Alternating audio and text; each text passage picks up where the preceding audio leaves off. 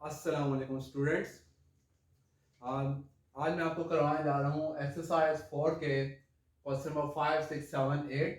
ये बेसिकली मैंने चैनल पर अपलोड किए लेकिन किसी वजह से वो वीडियो मिसप्लेस हो गई है, तो वो वीडियो दोबारा मैं अपलोड करने जा रहा हूँ। तो हमने क्वेश्चन नंबर 5 में क्या कह रहा है, वो कहता है y f is not function from R to R if.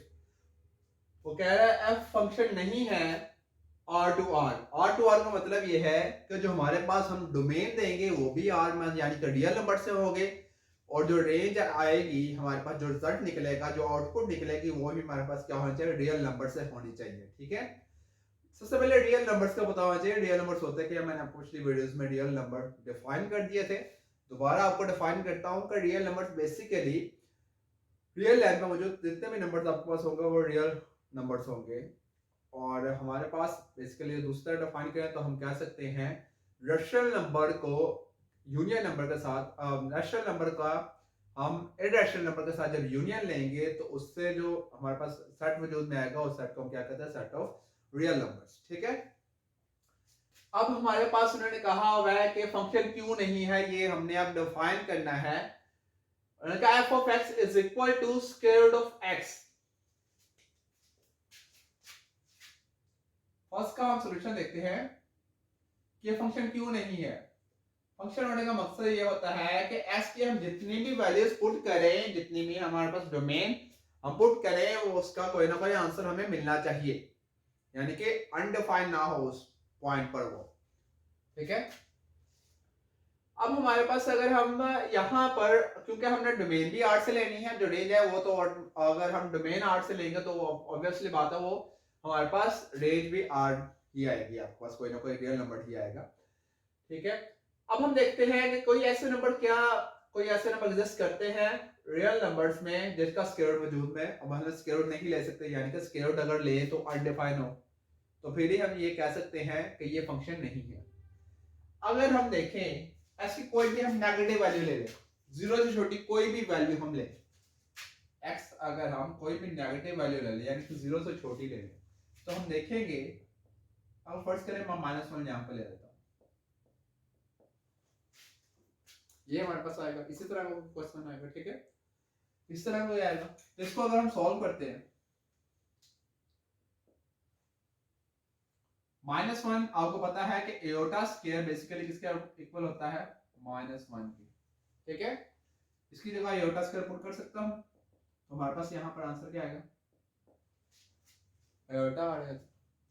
जबकि उन्होंने कहा है हमारे पास आर टू आर फंक्शन होना चाहिए, यानी कि हमारे पास डोमेन भी आर होना चाहिए और रेंज भी क्या होने चाहिए, आर होने चाहिए। तो इसका मतलब ये हमारे पास फंक्शन नहीं है, क्योंकि हमारे पास तमाम नेगेटिव वैल्यूज पर एयोटा कॉम्प्लेक्स वैल्यूज निकल रही हैं। या फिर अगर हम एयोटा ना लगाएं तो खाली अगर हम स्क्वायर रूट माइनस वाले को वैल्यू का स्क्वायर रूट लेंगे तो उसका आंसर हमारे पास कैलकुलेटर भी नहीं देता, वो अनडिफाइंड होता है, क्योंकि नेगेटिव वैल्यूज पे फंक्शन डिफाइन नहीं है। तो हम ये कह सकते हैं कि फंक्शन ही नहीं है आर टू आर। ठीक है, अब नेक्स्ट हम देखते हैं क्या नेक्स्ट जो हमारे पास फंक्शन दिया हुआ है क्वेश्चन नंबर 2, क्या वो आर टू आर फंक्शन है, यानी कि आर की यानी कि हम डोमेन अगर रियल नंबर में से लें या एक्स की तमाम वैल्यूज के लिए वो सेटिस्फाई करेगा या नहीं, क्योंकि जो हमें एक्स लेना है वो आर में से लेना है, क्योंकि डोमेन किसे लेनी है, आर से। एक्स बेसिकली कौन सा पॉइंट है, ये डोमेन के पॉइंट्स ही है जो हमने किससे लेने हैं, आर से लेने हैं। हम देखते हैं क्या कोई ऐसा पॉइंट है हमारे पास जिस पर ये अनडिफाइन है, जिस पर डिफाइन ही नहीं हो सकता। तो अगर हम देखें x इज इक्वल टू, अगर यहाँ पर 0 पुट करें यहाँ पर क्या आता है, 1/0 ये आता है अनडिफाइंड। तो इसका मतलब हमारे पास ये फंक्शन क्यों नहीं है, क्योंकि x इज इक्वल टू 0 पर डिफाइन नहीं हो कर सकते इसे, x इज इक्वल टू 0 पर ये अनडिफाइंड है। ठीक है, इसी वजह से ये फंक्शन नहीं है। आपने सिर्फ रीजन तलाश करनी है कि किन पॉइंट्स की वजह से, किस वजह से ये इसको फंक्शन नहीं कह रहे जो दिए हुए। ठीक है, अब हम थर्ड वाला अगर देखें, इसका सोल्यूशन देखें, तो मैंने आपको अगर फंक्शन को डिफाइन जब मैंने किया था, मैंने आपको बताया था कि हमारे पास अगर कोई भी हम डोमेन पुट करें तो उसका कोई ना एक यूनिक हमारे पास इमेज आएगा। ठीक है, यूनिक इमेज आएगा। यूनिक इमेज आने का मकसद ये है कि हर एक डोमेन का डिफरेंट आंसर नहीं कह सकते, आप ये कह सकते हैं कि एक डोमेन के दो आंसर हमारे पास नहीं आ सकते, यानी कि एक डोमेन के दो कोडोमेन या दो रेंज नहीं मिल सकती हमें, ठीक है, दो रेंज नहीं मिल सकती। यहाँ पर अगर हम एक्स की कोई भी वैल्यू पुट करें, अगर हम प्लस माइनस को हटा के देखें तो ये फंक्शन है, लेकिन अगर एक्स माइनस को लगा प्लस माइनस को लगा के देखें तो यहाँ पर ये फंक्शन ही नहीं बन रहा, क्योंकि अगर हम फर्स्ट करें एक्स की मैं एक वैल्यू अगर पुट कर देता हूँ, यहाँ पर 1 पुट कर देता हूँ, पॉजिटिव या नेगेटिव 1 पुट करते हैं, क्योंकि उसने स्क्वायर लेके बस में चेंज कर देना, 1 का स्क्वायर प्लस 1 2, बेटा यहाँ पर आंसर आ रहा है प्लस माइनस स्क्वायर रूट 2। मैंने आपको बताया था अगर आप एक डोमेन से कोई एलिमेंट पुट करते हैं तो हमारे पास रेंज भी एक आनी चाहिए। रेंज हमारे पास दो एलिमेंट यानी कि आउटपुट हमें दो एलिमेंट नहीं मिलना चाहिए फंक्शन में। अगर इस दो एलिमेंट मिल रहे हैं इसका मतलब वो क्या है, फंक्शन ही नहीं है। तो इसका मतलब ये क्या है, फंक्शन वेल डिफाइन ही नहीं है। वेल डिफाइन होने का मकसद ये होता है, ये तो हमारे पास फंक्शन था सिर्फ कुछ वैल्यूज को निकाल के, अगर इसमें से अगर नेगेटिव वैल्यू को निकाल दे तो ये फंक्शन है, यानी कि हमारे पास जो डोमेन है हमें क्या पुट करने पड़ेगा, जीरो से लेकर पॉजिटिव इन्फिनिटी तक पुट कर सकते हैं, लेकिन नेगेटिव वाले को अगर हटा दें तो ये फंक्शन है। अगर इस फंक्शन में अगर जीरो को हटा दें, रियल नंबर में से अगर जीरो को मैं हटा देता डोमेन में से तो ये फंक्शन बन जाना था, लेकिन यहाँ पर फंक्शन ही नहीं बन सकता। फंक्शन बनाने के लिए हमें पॉजिटिव प्लस माइनस साइन को हटाना पड़ेगा। प्लस माइनस साइन का मकसद ये मतलब ये है कि अगर डोमेन में कोई एलिमेंट हम पुट कर रहे हैं तो उसके हमारे पास दो आंसर आ रहे हैं और ये फंक्शन ही नहीं है। फंक्शन की पहले हमारे पास कंडीशन ये थी कि हमारे पास जो डोमेन हम पुट कर रहे हैं उसके दो आंसर हमें ना मिले, एक एक आंसर मिले हमारे पास, ठीक है। जो डिफरेंट डोमेन पुट कर रहे हैं उसका हमारे पास यूनिक आंसर हो, यूनिक नहीं कह सकता, एक कह सकते हैं कि एक एक आंसर आया हमारे पास। यूनिक आंसर मतलब ये होता है कि हर एक का डिफरेंट आ रहा है, नहीं, किसी दो डोमेन ऐसी भी हो सकती है जिसका आंसर सेम आ रहा है, ठीक है। तो इसका मतलब ये हम रीजन कंप्लीट हो गई है, हमारे पास ये वेल डिफाइन ही नहीं है फंक्शन, ये फंक्शन x = 0 पर डिफाइन नहीं है, इसलिए हम कहेंगे ये फंक्शन ही नहीं है। ये क्या है, नेगेटिव वैल्यू पर डिफाइन नहीं है, इसलिए हम क्या कर सकते हैं, ये हमारे पास फंक्शन नहीं है। यही हमने कंडीशंस बतानी। तो अब हम वो पढ़ते हैं नेक्स्ट क्वेश्चन की तरफ।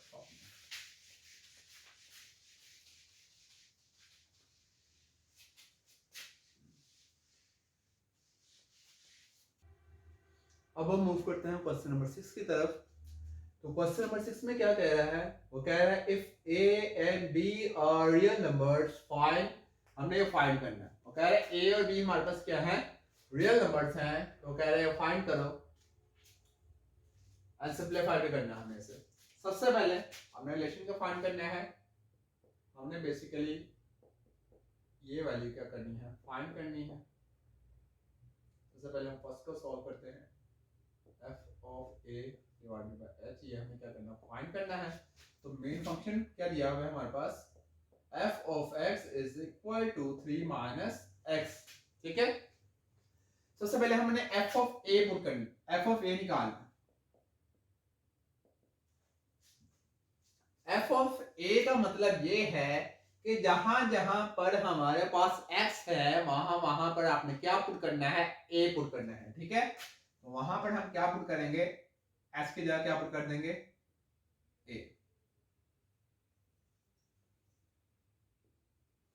a पुट कर देंगे, f ऑफ a निकला है। अब दूसरा हमने क्या निकालना है, f of a plus h निकालना है, यानी कि हमारे पास जहां पर x है वहां पर हम क्या पुट करेंगे, a प्लस h पुट कर देते हैं, a प्लस h पुट कर दिया। तो उसको आगे सॉल्व करते हैं तो क्या आ जाएगा, 3 plus minus minus a plus minus minus h, हमारे पास वैल्यू आ गई।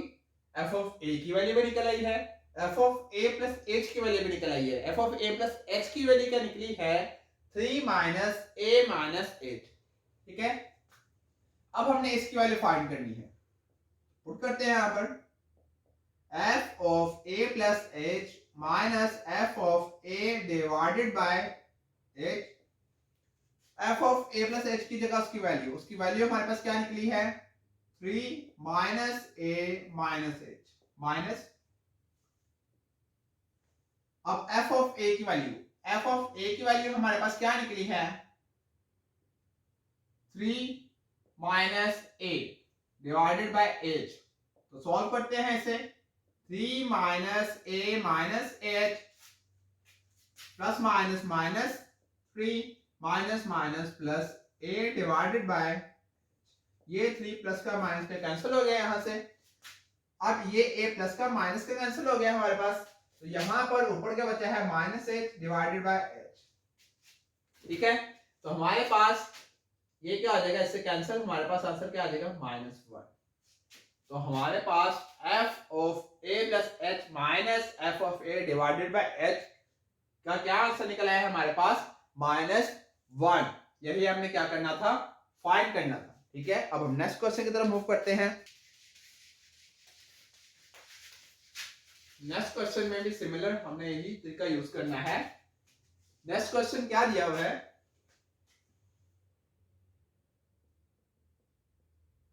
सॉरी हमें हम लोग क्या करना है f of a plus h minus f of a divided by h is equal, ये हमें क्या करना है फाइंड करना है।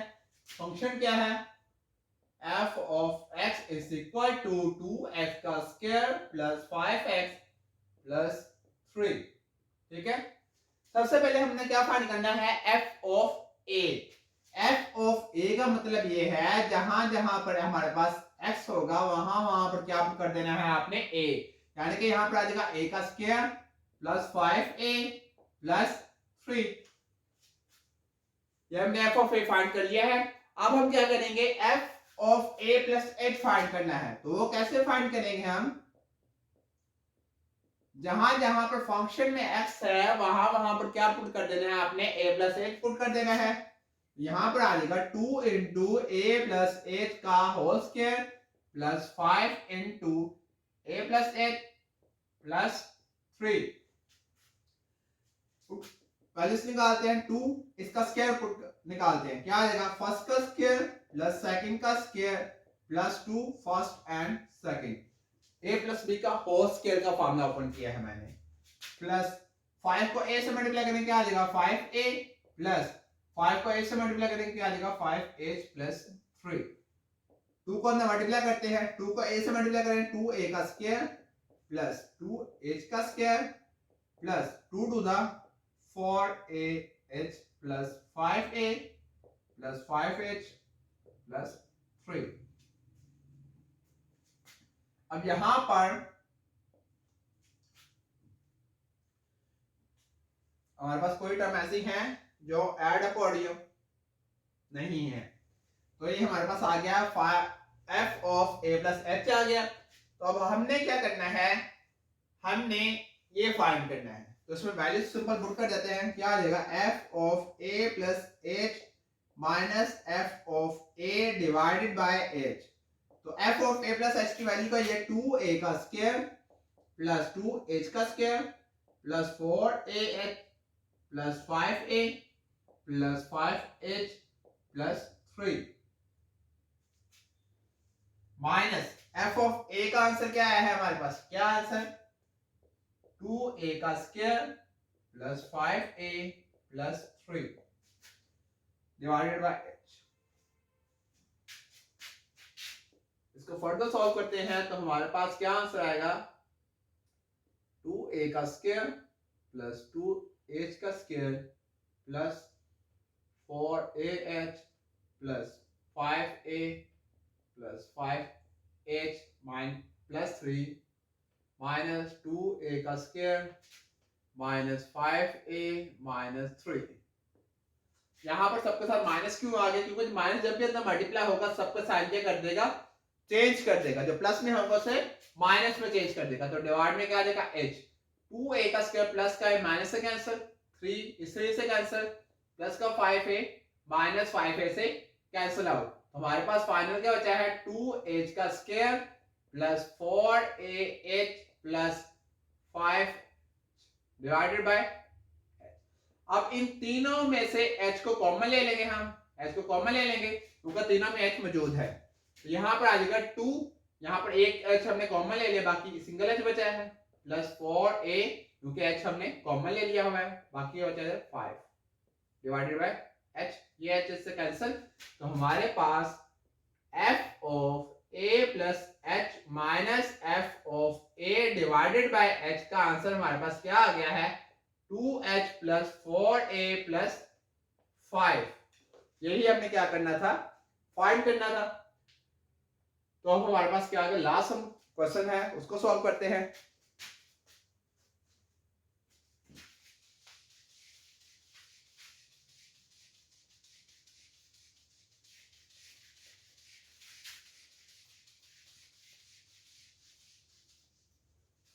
थर्ड वाले जो है क्वेश्चन पहले कंफर्म कर लेते हैं कि ये क्वेश्चन 4x,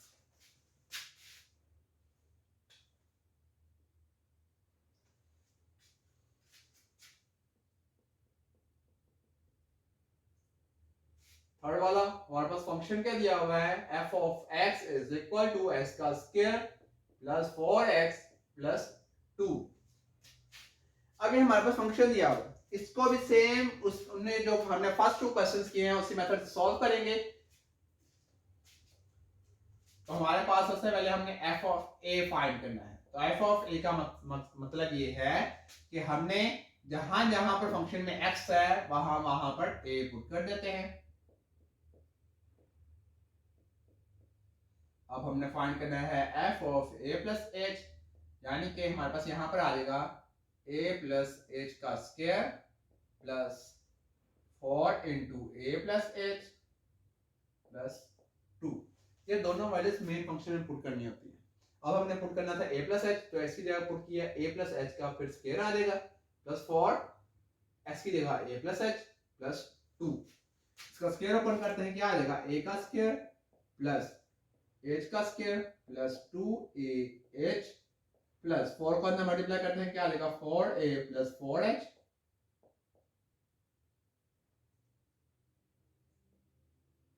प्लस 2। अब हम क्या करते हैं, सिंपल इसमें वैल्यूज पुट कर देते हैं। f of a plus h minus f of a divided by h put करें, a का स्क्वायर प्लस h का square plus 2ah plus 4a plus 4h plus 2। ये तो f of a plus h की value put कर दी है। अब minus f of a की वैल्यू पुट करते हैं। वो क्या है हमारे पास, a का square plus 4a plus 2 divided by हमारा a का स्क्वायर प्लस h का square plus 2ah plus 4a plus 4h और प्लस 2। माइनस को अंदर मल्टीप्लाई करें तो साइन अंदर वाले क्या हो जाएगा, चेंज हो जाएंगे। प्लस का 2 माइनस का 2 कैंसिल, हमारे पास 4a प्लस का माइनस का कैंसिल, a स्क्वायर प्लस का माइनस का क्या हो जाएगा, कैंसिल हो जाएगा डिवाइडेड बाय h। तो हमारे पास बाकी वैल्यूज क्या बचेंगी, h का स्क्वायर प्लस 2ah और plus 4h divided by h। अब हम क्या करेंगे,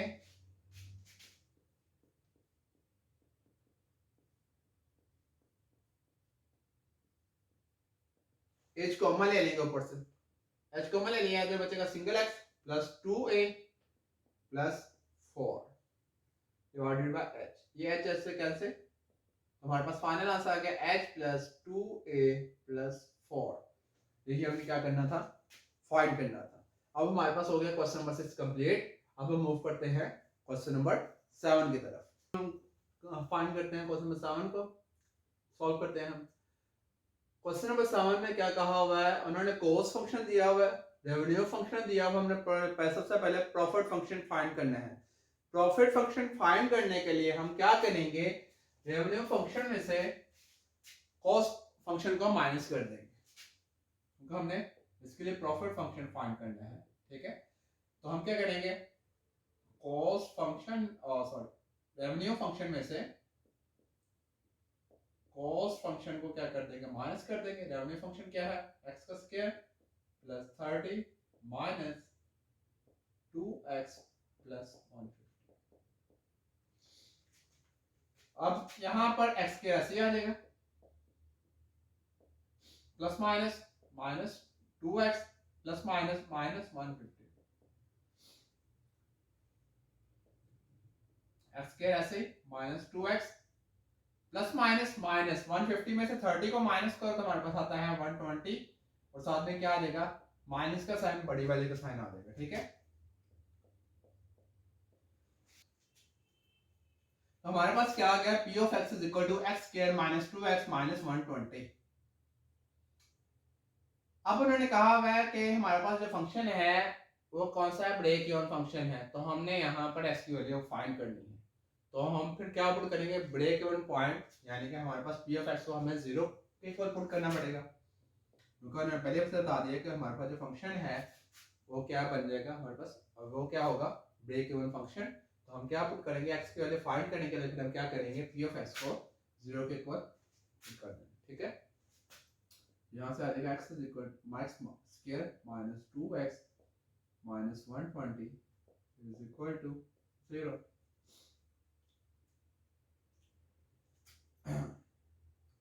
तो अब हम क्या करते हैं, इसका फैक्टर्स बनाते हैं, मिड टर्म ब्रेक कर लेते हैं, या फिर इसके मिड टर्म ब्रेक नहीं करने तो हम क्या कर सकते हैं, इसका क्वाड्रेटिक फार्मूला यूज कर सकते हैं इसमें, या फिर हम कंप्लीट स्केल मेथड यूज कर सकते हैं, जो आपको इस तरह को आप मेथड अप्लाई कर सकते हैं। अब हम यहाँ पे क्या करते हैं, मिड टर्म ब्रेक करते हैं। हमने कोई से ऐसे इसको किसी ऐसे दो फैक्टर में डिवाइड कर देना है, दो फैक्टर में ब्रेक करना है कि जिस दो फैक्टर्स को हम मल्टीप्लाई करेंगे 120 आए, प्लस या माइनस करें हमारे पास 2 आए। अब हम फैक्टर हमें तलाश करने पड़ेंगे। अगर हम देखें, अगर मैं 12 को 10 से अगर मल्टीप्लाई करूं तो हमारे पास क्या आता है 120, अगर 12 में से 10 को मैं माइनस करूं तो हमारे पास क्या आता है 2 आता है। तो हमारे पास दो फैक्टर ऐसे मिल गए जिसको मल्टीप्लाई करने से 120 आ रहा है, प्लस ये माइनस करने से क्या आ रहा है 2 आ रहा है। वो कौन से मिले हैं 12 और 10। देखो 12 में से 10 को माइनस करें तो हमारे पास 2 आंसर आएगा। यहाँ पर आ जाएगा x का स्क्वायर प्लस माइनस माइनस 12 और साथ में क्या आ जाएगा x माइनस माइनस प्लस 10 और साथ में x माइनस, इन दोनों में से x कॉमन आ रहा है, x कॉमन ले लिए, x माइनस 12 अंदर बचेगा, इधर से एक x कॉमन लिया था बाकी सिंगल x बचा है, माइनस इधर से 12 बचेगा, x क्योंकि हमने कॉमन ले लिया है, उन दोनों में से 10 कॉमन आ रहा है, इधर बचेगा x माइनस 10 को किससे मल्टीप्लाई करें 120 कहते हैं 12 से, तो एक हमारे पास बन गया है x माइनस 12, बाकी इधर क्या बचा है x बचा है, और इधर क्या बचा है प्लस 10 इज इक्वल टू 0। यहाँ से हमारे पास x के दो आंसर आ गए, x minus 12 is equal to 0 और x plus 10 is equal to 0। यहाँ से x की वैल्यू आ जाएगी माइनस 10 और यहाँ से x की वैल्यू क्या आ जाएगी माइनस, और इधर क्या आ जाएगा प्लस। यही हमने क्या करना है, फाइंड करना था, प्रॉफिट फंक्शन फाइंड करना था, प्रॉफिट फंक्शन में फाइंड कर लिया, x की वैल्यू फाइंड करनी है, उसके लिए हम क्या करेंगे p ऑफ x को इज इक्वल टू 0 पुट करेंगे ताकि हमारे पास क्या मिल जाए x की वैल्यू मिल जाए, यही हमने फाइंड करना था। अब हम मूव करते हैं क्वेश्चन नंबर 8 की तरफ। क्वेश्चन नंबर 8 में क्या कहना है, मोर इसमें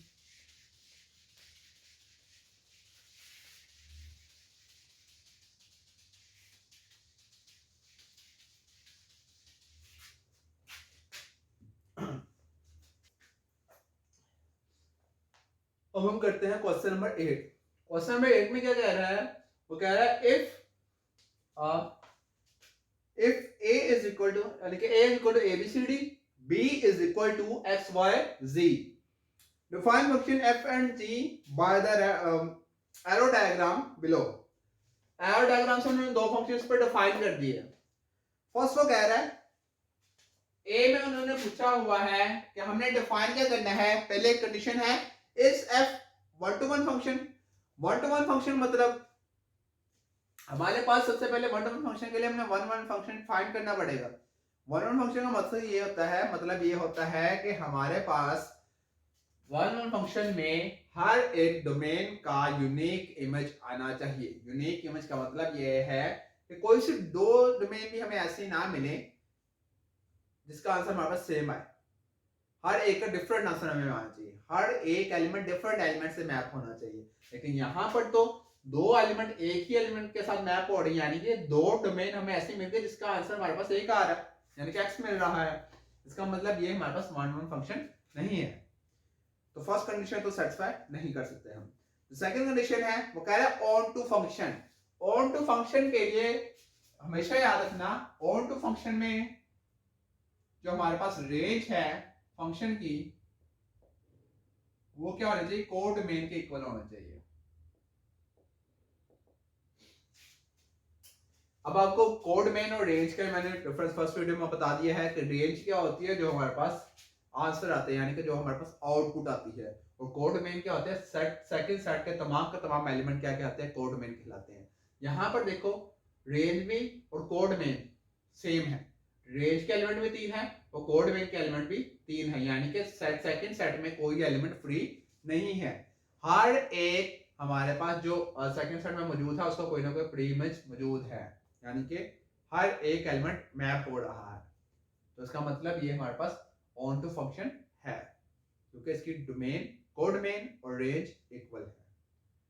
अगर हम सेकंड फंक्शन की बात करते हैं तो सेकंड फंक्शन में उन्होंने क्या कहा है, फर्स्ट कंडीशन सेम पूछी है कि वन टू वन फंक्शन है, तो वन वन फंक्शन होना जरूरी है। वन वन फंक्शन के लिए क्या कहा था मैंने आपको कि वन वन फंक्शन के लिए हमारे पास हर एक डोमेन का यूनिक इमेज मौजूद हो, लेकिन यहाँ पर 3 डोमेन ऐसी मिल गई हैं, कौन कौन सी, ए बी और सी, जिसका आंसर हमारे पास सेम आ रहा है। इसका मतलब ये हमारे पास वन टू वन फंक्शन नहीं रहा। तो हम सेकंड चेक करना है कि हमारे पास क्या है, ये O2 है या नहीं है।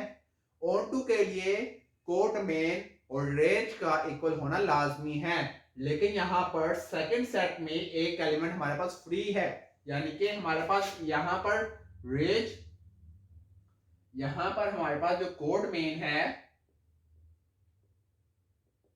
वो रेंज के इक्वल नहीं है। क्यों नहीं है, क्योंकि रेंज के एलिमेंट सिर्फ 2 हैं जो हमारे पास आंसर आए हैं, यानी कि जो हमारे पास आउटपुट है वो क्या है, एक्स और वाई और जी, लेकिन कोड मेन के एलिमेंट 3 है, एक्स वाई जी। इसका मतलब इसकी तादाद और इसकी तादाद सेम नहीं है, तो इसका मतलब ये हमारे पास ऑन टू फंक्शन भी नहीं है। एफ जो है वो वन टू वन तो नहीं है लेकिन ऑन टू फंक्शन है। जो जी है वो हमारे पास ना ऑन टू वन है ना ऑन टू है, क्योंकि इसमें हमारे पास कोड मेन में एक एलिमेंट फ्री है, यानी कि कोड मेन रेंज के इक्वल नहीं है। तो ये हमने डिफाइन करना था, ठीक है। इसके साथ ये एक्सरसाइज होगी कंप्लीट। इंशाल्लाह नेक्स्ट वीडियोस में इसके जो बाकी चैप्टर्स के या 8 से 9 चैप्टर्स हमारे पास जो बाकी रह गए हैं उनको भी इंशाल्लाह मैं कंप्लीट करवाऊंगा। अगर इस वीडियो में कोई आपको इशू हो तो आप प्लीज़ कमेंट सेक्शन में पूछ सकते हैं। बहुत शुक्रिया।